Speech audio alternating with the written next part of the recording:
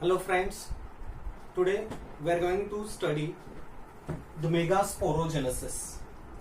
In previous video we studied the structure of anatropous ovule, and in this video we are going to study the process of megasporogenesis or the process of development of female gametophyte. So firstly we will see what is megasporogenesis. The process by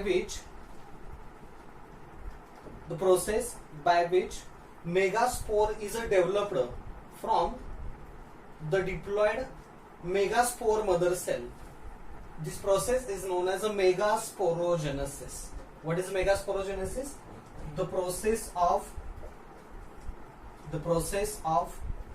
development of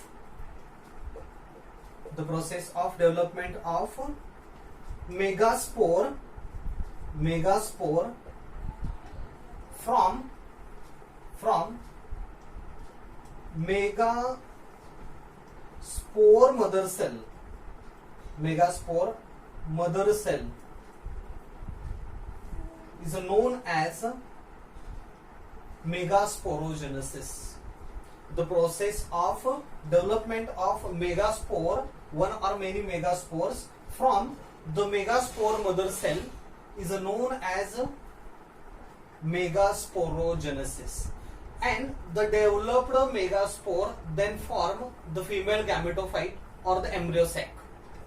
In the later development, megaspore, the functional megaspore, then form the embryo sac which contain the egg cell, and this embryo sac is known as a female gametophyte. So first we'll study again the anatropous ovule. This is the anatropous ovule. The stalk of the ovule, here it is known as a funicle. This is major portion of funicle attached to the body of ovule is known as a raphe. The base of ovule is known as a chalaza. The ovule is covered by two protective coats known as integuments. The cellular body inside the ovule is called as a nucellus. This is the nucellus, and the ovule, it has a small pore towards the lower end. This is called as a micropyle. This is the structure of an anatropous ovule. The anatropous ovule consists of funicle, raphe, chalaza, the two integuments, micropyle as a small opening, and inside the ovule there is a mass of parenchyma cells. This mass of parenchyma cells is known as a nucellus. This is called as nucellus. The nucellus plays an important role in the development of female gametophyte or megasporogenesis. Okay. Previously we studied that the cells of nucellus are diploid, few cells are polyploid, and these cells, they contain reserve food material or they store the food material. One of the hypodermal cell of a nucellus become functional. One of the hypodermal cell of nucellus become functional. It enlarge in size. It accumulate more and more food materials. It is with a dense cytoplasm and prominent nucleus. One of the most important thing is that इथे एक महत्वाची गोष्ट आहे ती म्हणजे हायपोडर्मल sale nucellus मध्ये जी आहे ही functional होते, एनलार्ज होते, यामध्ये रिझर्व फूड मटेरियल जास्त स्टोअर केलं जातं, आणि याशिवाय या सेलचा न्यूक्लियस हा प्रॉमिनंट आहे, ठळक स्पष्ट असा न्यूक्लियस असतो, आणि त्याचं सायटोप्लाझम हे डेन्स असतं, डेन्स हाय डेन्सिटी असणारं cytoplasm. Here this cell is known as a megaspore mother cell. या सेलला इथं म्हटलं megaspore mother cell which is diploid one, or this cell is also known as megasporocyte. The megasporocyte or megaspore mother cell, MMC, it undergoes the reductional division or meiosis in the development of female gametophyte. Female gametophyte develop होत असताना megaspore mother cell म्हणजेच megasporocyte this cell undergoes meiosis. या सेलमध्ये meiosis होतं. Meiosis म्हणजेच reductional division where the chromosomal number is reduced to half and one cell form 4 daughter cells. जेव्हा reductional division होतं, जेव्हा मियोसिस होतं, तेव्हा या प्रोसेसमध्ये एका पॅरेंट सेल पासून 4 डॉटर सेल्स फॉर्म होतात. 4 डॉटर सेल्स फॉर्म होतात आणि जो क्रोमोझोमल नंबर डिप्लॉइड आहे तो रिड्यूस होऊन क्रोमोझोमल नंबर हॅप्लॉइड होतो. हे तुम्हाला माहित आहे, हे आपण प्रिव्हियसली स्टडी केलेलं आहे. So megaspore mother cell undergoes reductional division and form the 4 daughter cells. These 4 daughter cells are known as megaspores. These 4 daughter cells are known as megaspores. Megaspores they form the linear tetrad. आपण मायक्रोस्पोरोजेनेसिस मध्ये study केलं होतं की मायक्रोस्पोरोजेनेसिस मध्ये microspore mother sale किंवा pollen mother sale यावरती कॅलोजचं deposition असतं. त्यामुळे ज्या 4 सेल्स फॉर्म होतात या 4 सेल्स एकमेकांपासून सेपरेट होत नाहीत, म्हणजेच मायक्रोस्पोर सेपरेट होत नाहीत आणि तिथं स्पेरिकल टेट्रॅड फॉर्म होतं. Spherical tetrad of pollen grains or microspore. परंतु इथं काय झालं की ही जी एम्ब्रियोसॅक फॉर्म होणार आहे त्या न्यूसेलसच्या आतमध्ये 4 सेल्स फॉर्म झाल्या, megaspores, haploid megaspores, and they are arranged in a linear tetrad. एका सरळ ओळीमध्ये लिनियर टेट्रॅड फॉर्म करतात. Okay, but in the later development the 3 megaspores from micropylar end degenerate. These are degenerating. These are the 3 degenerating microspores. मायक्रोपायलर एंडच्या 3 megaspores degenerate होतात आणि चलाझल एंडला असणारी एक मेगास्पोर आहे तशी राहते, फंक्शनल राहते. Here it is known as functional megaspore. This is the functional megaspore. हा आहे फंक्शनल मेगास्पोर. बघा इथपर्यंतची प्रोसेस कशी आहे. न्यूसेलस मध्ये हायपोडर्मल पोझिशनला असणारी एक सेल फंक्शनल होते, एनलार्ज होते, त्यामध्ये न्यूट्रिएंट स्टोअर केले जातात. याचा सायटोप्लाझम डेन्स आहे, न्यूक्लियस प्रॉमिनंट आहे. या सेलला नाव दिलं मेगास्पोर मदर सेल किंवा मेगास्पोरोसाइट. मेगास्पोरोसाइट या सेलचं मियोटिक डिव्हिजन होतं, मियोसिसने डिव्हिजन होतं, म्हणजेच रिडक्शनल डिव्हिजन होतंय, ज्यामुळे 4 सेल्स हॅप्लॉइड तयार झाल्या. या 4 सेल्स लिनियर टेट्रॅड मध्ये अरेंज केल्या जातात. This is called as linear tetrad of megaspores. या 4 सेल्स मधले लिनियर टेट्रॅड मधल्या 3 सेल मायक्रोपायलर एंड कडून डिजनरेट होतात. इकडून मायक्रोपायलर एंड कडून या 3 सेल्स डिजनरेट होतात आणि एक सेल आहे तशी राहते as a functional cell. This functional cell is known as functional megaspore. Functional megaspore with a haploid nucleus. याचा न्यूक्लियस कसा आहे, हॅप्लॉइड न्यूक्लियस आहे. Now this haploid nucleus of the functional megaspore divide mitotically 3 times. आता या functional मेगास्पोरचा nucleus हा 3 वेळा मायटोसिसने divide होतो. Here is the first mitosis. इथं हे पहिलं मायटोसिस आहे. Here is the second mitosis. Second mitosis and here there will be third mitosis. यानंतर पुढे असेल इथं हे third mitosis. This will be third mitosis. 3दा न्यूक्लियर डिव्हिजन झालं. Cytoplasm do not divide but only there is a karyokinesis, there is a nuclear division. In the first nuclear division, in the first mitosis 2 nuclei are formed. पहिलं mitotic division झालं, पहिलं mitosis झालं की 2 nuclei form होतात. This nuclei are said to be polar nuclei. These are polar nuclei. This is the one nucleus and this will be other nucleus. The formed 2 nuclei are shifted to opposite poles. तयार झालेले 2 polar nuclei हे opposite पोलला म्हणजे मायक्रोपायलर एंडला आणि चलाझल एंडला दोन्ही एंडला शिफ्ट होतात. कारण का तर या सेलमध्ये असणारे जे व्हॅक्युअल्स आहेत हे सगळे व्हॅक्युअल्स एकत्र येतात. छोटे छोटे व्हॅक्युअल्स, मोठी व्हॅक्युअल फॉर्म होते आणि ही मोठी व्हॅक्युअल ह्या 2 न्यूक्लियाला 2 बाजूला शिफ्ट करते, पुश करते. एक न्यूक्लियस आला चलाझल एंडला, दुसरा न्यूक्लियस आला मायक्रोपायलर एंडला. Okay. In the second meiosis the 2 nuclei are formed in each group. Micropylar एंडला 2 न्यूक्लिय तयार झाले, चलाझल एंडला 2 न्यूक्लिय फॉर्म झाले.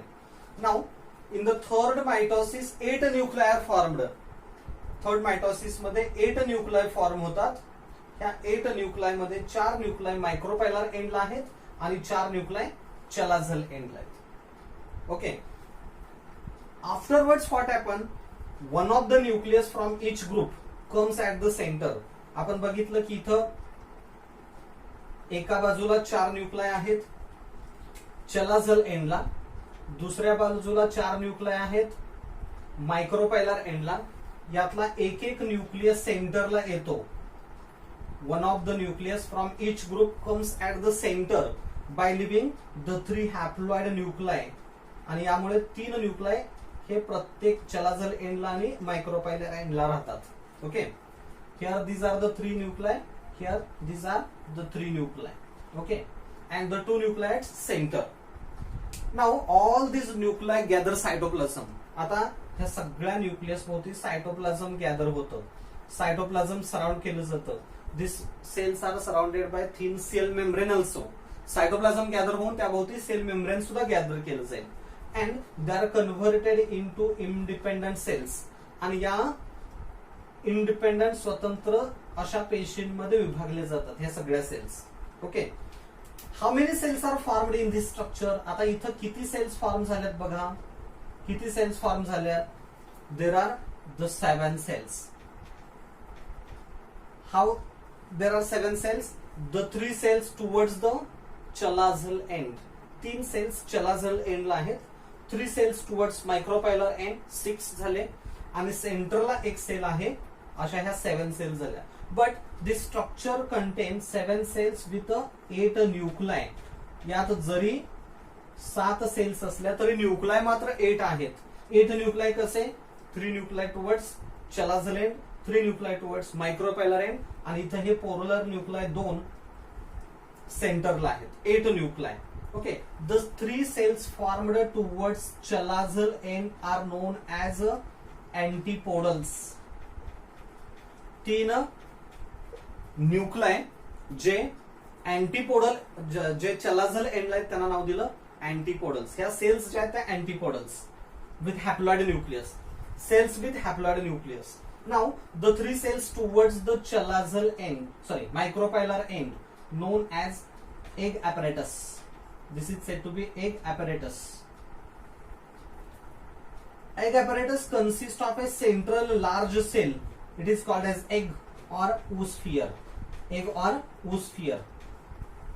And the 2 neighboring cells are known as synergids. Togetherly they form egg apparatus. This is the egg apparatus.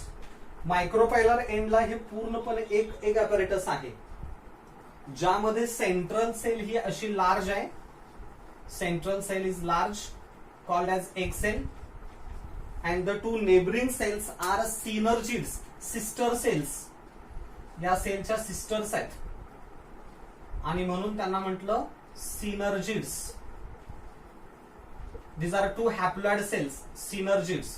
These synergids form the small outgrowths, or they form small irregular prolongations, and this is called as a filiform apparatus. This structure is known as filiform apparatus. Filiform apparatus attract the pollen tube towards the egg cell during the fertilisation. Fertilisation होत असताना जी pollen tube इकडून येते ही pollen tube याला direct करण्यासाठी, याला दिशा देण्यासाठी ही सिनर्जिड महत्वाची भूमिका बजावते. तर या 2 सेल्स ज्या आहेत यांना म्हटलं सिनर्जिड आणि सिनर्जिड फॉर्म करतात filiform apparatus. Synergids plus egg cell togetherly form egg apparatus. इकडे 3 अँटीपोडल्स आहेत चलाझल एंडला आणि सेंटरला ही जी डिप्लॉइड सेल आहे this is called as central cell and also known as definitive nucleus or secondary nucleus. Definitive nucleus, secondary nucleus and the central cell are the 3 names of this cell. This cell is always diploid. ही cell जी आहे ती याला ही नेहमी diploid असते. The remaining cells are always haploid. बाकीच्या या सेल्स हॅप्लॉइड आहेत, मात्र ही सेल मात्र डिप्लॉइड असते, हे लक्षात ठेवा. One more important thing is that the central cell is without cell wall. यावरती नीट मध्ये क्वेश्चन विचारलेला आहे की how many cells of embryo sac are with cell wall. Answer is 6 cells are with cell wall. 6 cells वरती cell wall असते. कोणत्या? 3 अँटीपोडल्स आणि 2 synergids आणि हे एग सेल. या 6ही सेल्स वरती सेल वॉल आहे, सेल्युलोजिक सेल वॉल. परंतु central cell is without cell wall. त्यामुळे क्वेश्चन वेगवेगळ्या प्रकारे विचारला जाईल. How many cells are with cell wall, how many cells are without cell wall, और which one of the following cell is with cell wall, which one of the following cells will be without cell wall, असा question विचारला जाऊ शकतो. Here this structure 7 celled 8 nucleated structure is known as embryo sac. This is called as embryo sac or also called as female gametophyte. This is the structure said to be female gametophyte. Okay. In angiosperms, mostly the embryo sac is formed from only one megaspore. In angiosperms, mostly the embryo sac is formed from only one megaspore. Such embryo sac is known as monosporic embryo sac. In some plants, in some angiosperms, embryo sac is formed from 2 megaspores, so called as bisporic embryo sac.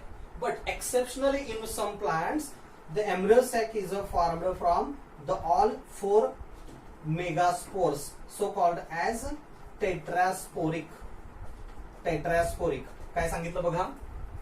Angiospermic plant मध्ये embryo sack form होताना एका megaspore पासून form झाले तर monosporic, 2 पासून form झाले तर बायस्पोरिक, आणि जर ही एम्ब्रियो सॅक 4 पासून फॉर्म झाले तर टेट्रास्पोरिक.